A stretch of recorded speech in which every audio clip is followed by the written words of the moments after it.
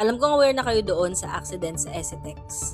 Pero alam niyo ba kung bakit dumadami yung mga road accidents natin? At anong kinalaman nito sa mental health? Noong 2024, meron tayong naitalang 31,000 na road accidents. At meron ditong 2,747 na mga naitalang namatay. At nakakabahala itong mga numero na to dahil po pwedeng tumaas pa ang mga kaso na to at saka yung mga road accidents kapag hindi natin binigyang pansin o binigyang halaga yung pangangailangan ng mga drivers.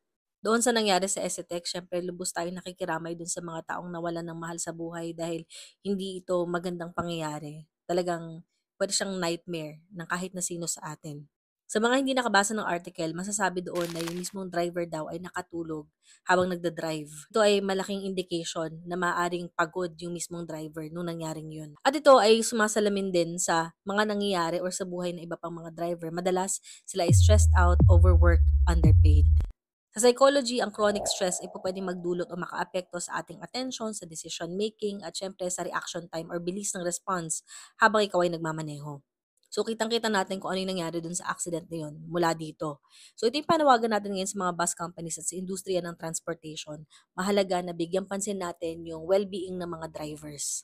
Dahil kapag okay ang well-being ng mga drivers, mas mataas ang tsansa na mas bumababa ang rates ng accidents. Ibig sabihin, mas ligtas na biyahe.